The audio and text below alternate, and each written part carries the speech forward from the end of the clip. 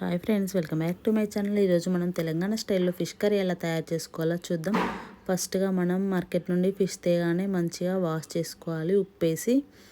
దాని స్మెల్ రాకుండా ఉండడానికి మనం కొద్దిగా నిమ్మరసం వేసి ఆయిల్ వేసి కొద్దిగా ఒక 2 సార్లు కడగండి. 2 సార్లు కడగగానే మంచిగా అయిపోతుంది, జిగురు జిగురు రాకుండా ఉంటుంది. తర్వాత కారం, ఉప్పు, అల్లం వెల్లుల్లి పేస్ట్, ధనియాల పొడి వేసి మంచిగా కలిపి మ్యాగ్నేట్ చేసి కాసేపు అలా పక్కన పెట్టుకుందాం.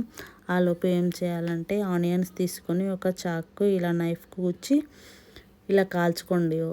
నా దగ్గర చిన్న ఆనియన్స్ ఉంటే 2-3 ఆనియన్స్ తీసి ఇలా గ్యాస్ పైన కాల్చుకున్నాను. తర్వాత ఒక పెద్ద సైజ్ టమాటా తీసుకొని దాన్ని కూడా గ్యాస్ పైన ఇలా కాల్చుకోండి.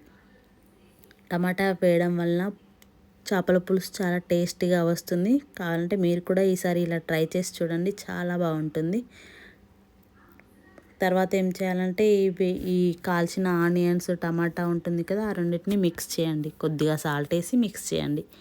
మిక్స్ చేసిన గ్రేవీ పక్కా పెట్టుకోండి. తర్వాత ఒక ప్యాన్ తీసుకొని అందులో ఆయిల్ వేసి కొద్దిగా జీలకర్ర, ఆవాలు, పచ్చిమిర్చి, ఒక 2 ఎండుమిర్చి వేసి కాసేపు ఫ్రై అవ్వనివ్వండి. తర్వాత కొద్దిగా ఆనియన్స్ వేసి ఫ్రై అవ్వనిద్దాం. ఇవి కొంచెం ఫ్రై అయ్యాక అల్లం వెల్లుల్లి పేస్ట్ వేసుకుందాం. ఒక 1.5 స్పూన్ అలా వేసుకోండి. తర్వాత కొద్దిగా పసుపు వేసి కొద్దిగా ఫ్రై అవ్వనిద్దాం. అల్లం వెల్లుల్లి పేస్ట్ పచ్చివాసన పోయే వరకు కాసేపు ఇలా ఫ్రై అవ్వనిద్దాం. ఇందులో కొంచెం ఉప్పు వేసుకుందాం. 1 స్పూన్ ఉప్పు వేసుకున్నాను నేను. ఇది బాగా ఫ్రై అయ్యాక నేను కొద్దిగా ఉప్పు వేసుకుంటున్నాను. ఒక 1.5 స్పూన్ అలా వేసుకున్నాను. తర్వాత 1 స్పూన్ కారం వేసుకొని బాగా కలిపి ఈ ఆనియన్ టమాటా పేస్ట్ పచ్చివాసన పోయే వరకు మంచిగా ఫ్రై అవ్వనివ్వండి. ఇలా ఆయిల్ పైకి తేలుతూ ఉండాలి. అలా అయితే పర్ఫెక్ట్గా అయినట్టు. ఇలా ఆయిల్ పైకి తేలుతున్నప్పుడు మనం స్క్వీజ్ చేసుకున్న చింతపండు రసం వేసుకోవాలి.